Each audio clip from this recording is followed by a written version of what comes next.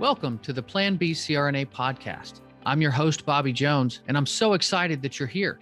The Plan B CRNA podcast is the only show made specifically for nurse anesthetists who are exploring options outside of their traditional career paths. This is the place to expand your mind and your goals as we uncover new ways to produce side income together. Journey with me as I go down various rabbit holes to explore the best Plan B options for you. This episode is brought to you by On-Call Capital. On-Call Capital is dedicated to educating CRNAs and other healthcare providers about investing outside of the traditional stock market. On-Call Capital also provides opportunities for you, yes, you, to create passive income and generational wealth while also lowering your taxable income through investments in the apartment and alternative investment spaces. If you haven't hit subscribe yet, make sure you do that right now so that you don't miss an episode. Thanks so much for joining me today, and now on with the show. Welcome to the rabbit hole on the Plan B CRNA podcast. I'm your host, Bobby Jones. And throughout my journey in finding a Plan B, I've gone down numerous rabbit holes to figure out which ones work for me. Since I've done some of this research already, I only think it's right to bring that information to fellow healthcare professionals to help aid in your search. Now, as always, it's important for you, the listener, to do your own research and form your own opinions. Everyone's situation is unique, and a Plan B that works for one CRNA doesn't always work for another. Self-awareness is the key in any decision you make, since you must have an accurate grasp of your own strengths, weaknesses, and goals. With all of that being said, this is episode number 100 of the show, which I think is a pretty cool milestone to hit. In honor of hitting the century mark, I thought I'd focus on something that's a little more age appropriate today.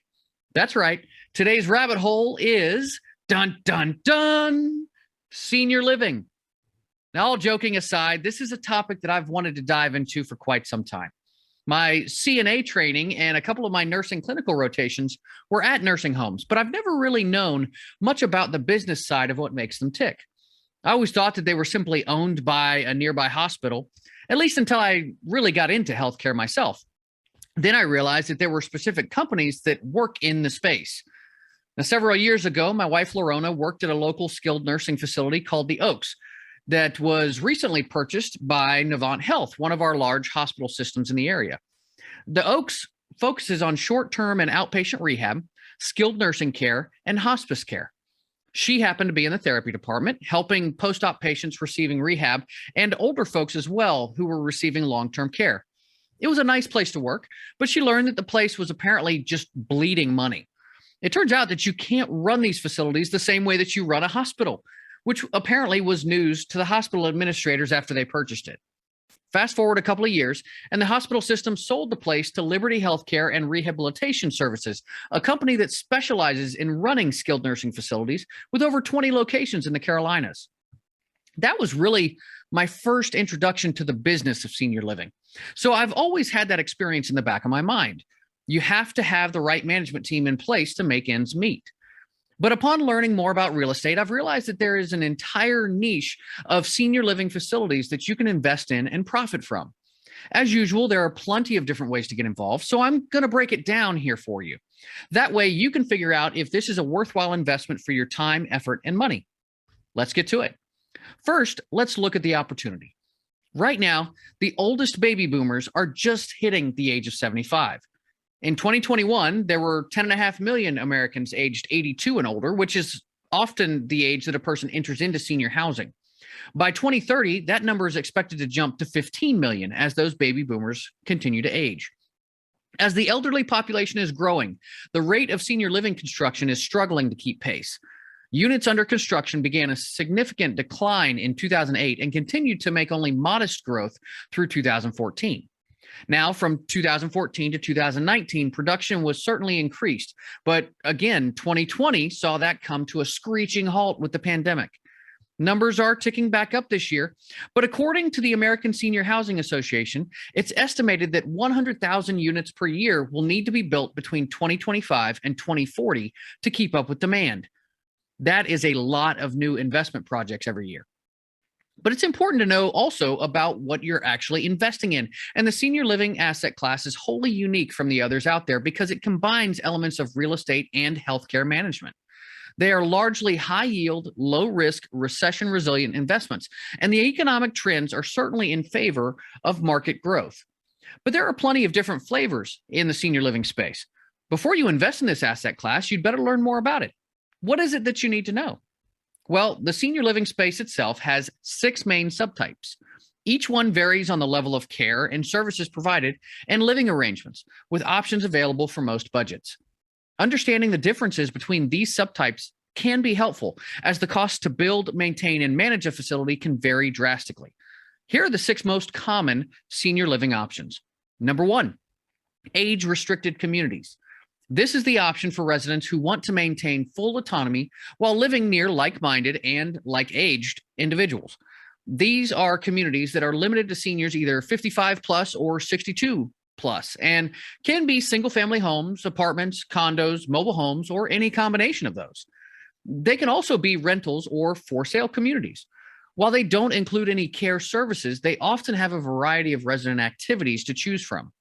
My grandparents live in one of these mobile home communities down in Florida, and my wife's grandparents lived in Sun City Center, which is an entire housing village in Central Florida. Now, moving on to number 2, independent living. This is the lowest care option, as independent living facilities are designed for seniors who want to maintain autonomy, but don't want the responsibilities of home maintenance, daily chores, and cleaning. The main draw here is the ease of life for residents. In large part, they don't have to worry about house cleaning, laundry, activities, and meals because those are all included in the fees for living in the facility. Sounds like my kind of place, to be honest. I mean, I could do with less vacuuming and bathroom cleaning in my life. I don't know about you.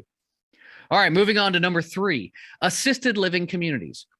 These are designed for residents who need assistance with some of their activities of daily living, or ADLs for short. Now, this is right up my OT wife's alley, as they are the basic physical needs required for everyday life, such as personal hygiene and grooming, dressing, toileting, eating, and transportation. Assisted living offers a congregate living lifestyle similar to independent living, with housekeeping, meals, and individual apartments. The residents living here don't need the intensive care found in nursing homes. And there is a subtype of the subtype here. Okay. Residential assisted living homes, or residential care homes, provide a similar level of care to assisted living facilities, but they're much smaller in size. These are typically converted single-family homes located in residential neighborhoods, with most care homes housing 5 to 10 residents, compared to dozens or even hundreds in assisted living communities.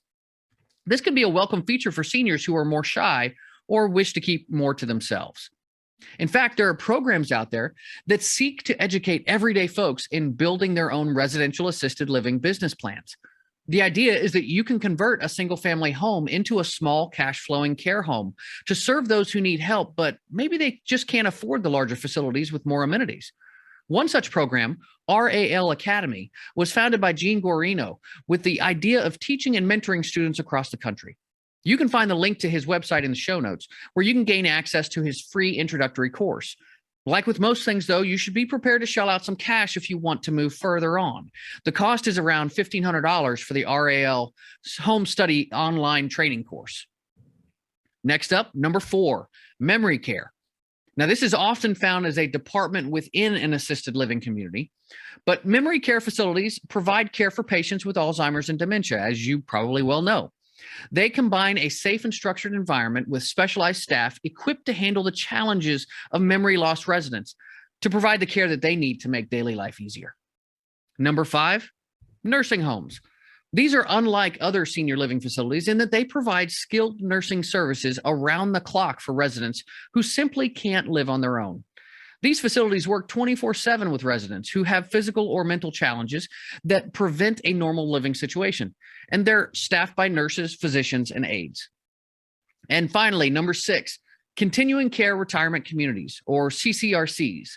Now, this one puts it all together in one campus. The idea is to provide a continuum of care so that as residents progress in age and frailty, they can either move to a different section of the community or receive specialized care where they are. These are often large facilities with apartments, assisted living, memory care, and skilled nursing available. Independent residents may even be able to live in small homes if they don't need assistance yet.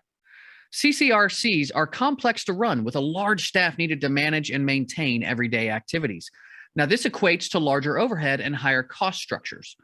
For residents, there's often a large upfront cost to move in, along with the monthly rent costs. In exchange, residents have access to meal plans on site, as well as numerous daily activities and group excursions. My in-laws have lived in a facility like this for several years now. It's called Givens Estates. It's a Methodist community that's located in Asheville, North Carolina. Even though they are still quite independent themselves, they couldn't be happier with the community, amenities, and overall opportunities provided by the campus.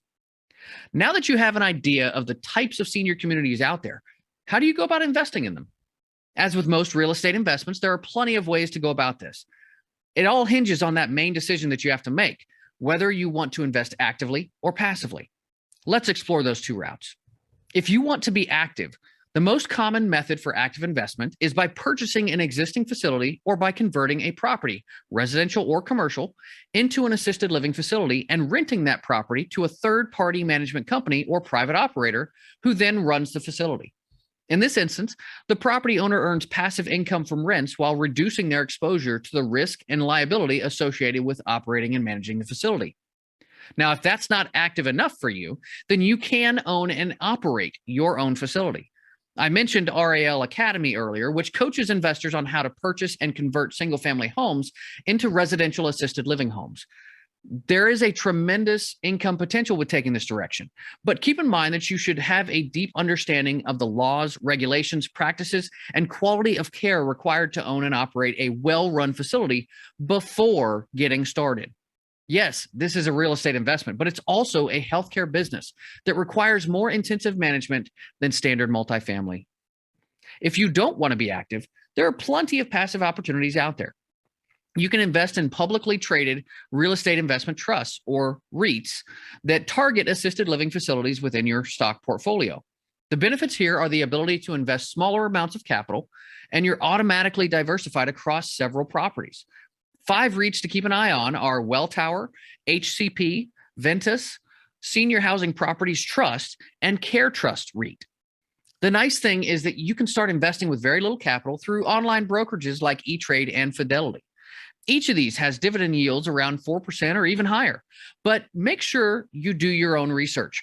They all have differing amounts of senior housing exposure, with some dipping their toes into medical offices, research facilities, and other property types.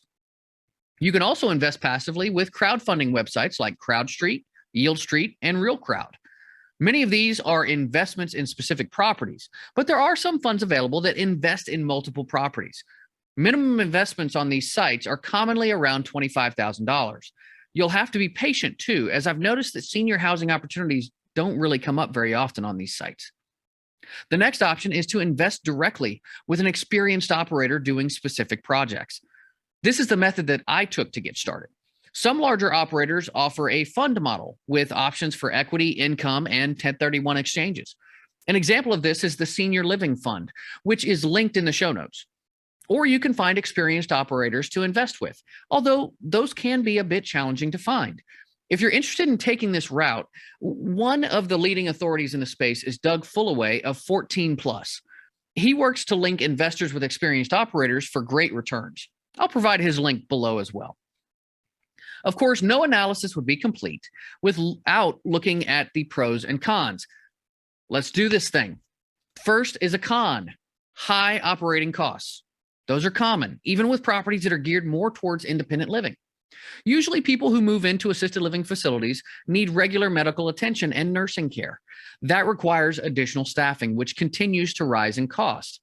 The pandemic also contributed to rising costs with the addition of personal protective equipment, enhanced cleaning, and ongoing testing for staff and residents. This added complexity makes experienced management a real must in the space. Now, next is a pro. Senior housing is needs-based. When investing in real estate, the goal is to earn income from residents. The people who live in senior housing need the services and amenities that are being provided. This results in steadier, less volatile rent growth overall. Con: well, locations can be an issue. Most people think that an area with a high concentration of aging adults would be a logical place to invest in senior housing, and it very well may be, but demand can be more nuanced than that. And it's often driven more by the location of a senior's adult children. Those children can often become primary decision makers as it pertains to whether or not their parents move into a facility. Now, investors should consider both age cohorts when evaluating potential demand for senior housing. With higher demand, you're more likely to see a positive return on investment. Of course, other factors like economic conditions, nearby hospitals, population size, and the like can influence the risk of the investment. Next is a pro. It's relatively recession resistant. The overall economy can have an outsized impact on certain investment types and virtually none on others. Older adults will always need housing, and we haven't really figured out how to beat Father Time yet, making investments in assisted living facilities relatively stable. Senior housing shows high rates of annual returns at the 3-year, 5-year, and 10-year markers. And in fact, senior housing was the only commercial real estate class that showed positive rent growth during the Great Recession of 2008 and 2009. Next is a con. Regulatory changes can affect costs and rental collections. Monthly rental payments can exceed $10,000 per month, but the median household income for those age 75 and above is under $30,000. Now, while many will draw from savings and retirement accounts, selling their personal homes, and utilizing long-term care insurance policies, Medicaid can still play a role in how the rent is paid. Also, changes in state laws can impact the number of nurses working each shift or any number of other factors with a facility. These can all impact the operating costs and net income that a particular facility produces. Pro, there is a ton of growth potential here. We went over some of the numbers earlier, but the general idea is that the number of seniors in the population is increasing every year and is projected to continue doing so for the next 15 years. Changes associated with aging, such as loss of mobility or the development of chronic illnesses, means that more and more people will be looking at senior housing at some point in their lives. Plus, folks are living longer, with medications being used to better manage long-term conditions. That means more potential residents for the various levels of care facilities. Con, there's a reliance on property management. The business model for senior living is dramatically different from other real estate because it's a hybrid model of multifamily real estate and regulation-heavy healthcare. You're not only investing in the property, but the people running the day-to-day operations. They'd better know what they're doing if you're going to make profits. Now, last is our final pro. The senior living market is highly fragmented, primarily because it's highly localized. Being a successful operator takes an intimate knowledge of the local market, a robust marketing strategy, and the right physician relationships. Because regulations change between states, there are plenty of inconsistencies between facilities. Local and regional operators can thrive while national operators may have a harder time. But this also means that there are some mom and pop facilities out there that could benefit from more efficient management as well. Now, as you can see, there are plenty of reasons to be excited about a potential senior living investment. While there are also plenty of risks, I think that we as healthcare providers are the best equipped to be able to understand these business models and accurately judge the risk to benefit ratios of such an investment, active or passive. I truly believe there is plenty of profit to go around, no matter how you decide to get involved here. Personally, I'm excited to be able to learn more about this niche and build relationships with reputable operators to bring these types of investment opportunities straight to you. There are a couple of books that may help you out as you seek to learn more about senior living and the facilities out there. The first one is The Insider's Guide to Investing in Senior Housing, America's Best Financial Opportunities for the Next 25 Years by Gene and Jim Guarino. Now, this is the definitive handbook for those wanting to discover how to best capitalize on the massive demographic shift known as the silver tsunami, showing readers how to participate as active or passive investors. The next one is Disrupting the Status Quo of Senior Living, A Mind Shift by Jill Vitale Awesome. She challenges readers to question long accepted practices, examining their own biases about growing older, and working towards creating vibrant cultures of possibility and growth for elders. Lastly, there's Investing in Senior Living, Earning Solid Returns in a Growing Market While Improving the Lives of Seniors by Doug Fullaway. This provides key information needed to understand the growing senior living sector in the United States. Now, make sure you check out the show notes for this episode.